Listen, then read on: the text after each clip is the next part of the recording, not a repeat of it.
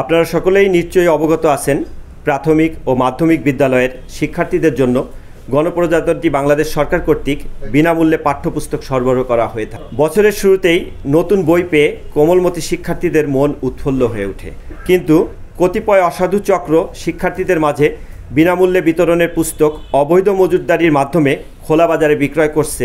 এরকম তথ্য পাওয়ার পর ঢাকা মহানগরীর গোয়েন্দা পুলিশ তাদের গোয়েন্দা নজরদারি বৃদ্ধি করে এবং এই চক্রকে আইনের আওতায় নিয়ে আসতে কাজ শুরু করে। তা আমরা যেটা করব যে বিজ্ঞ আদালতে আমরা একটা আবেদন দিব যে বইটা যেন আমরা বিজ্ঞ আদালতের আদেশ মোতাবেক আমরা ন্যাশনাল কারিকুলাম টেক্সট বুক বোর্ডকে ফেরত প্রদান করতে পারি এবং ফেরত প্রদানের করলে তৎপরবর্তী তারা হয়তো সেই ক্ষেত্রে ব্যবস্থা নেবেন। তবে এই ক্ষেত্রে বিজ্ঞ আদালতের আদেশের উপরে আমরা ব্যবস্থা নেব।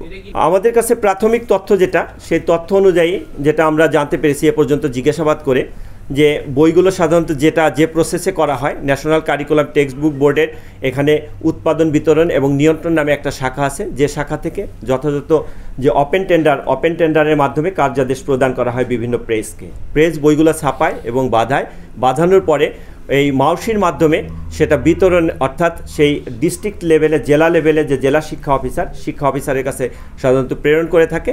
শিক্ষা অফিসার যেটা করেন সেখান থেকে এটিও অর্থাৎ উপজেলা শিক্ষা অফিসারের কাছে প্রেরণ করে এবং সেখান থেকে সংশ্লিষ্ট স্কুলগুলোয় যায়।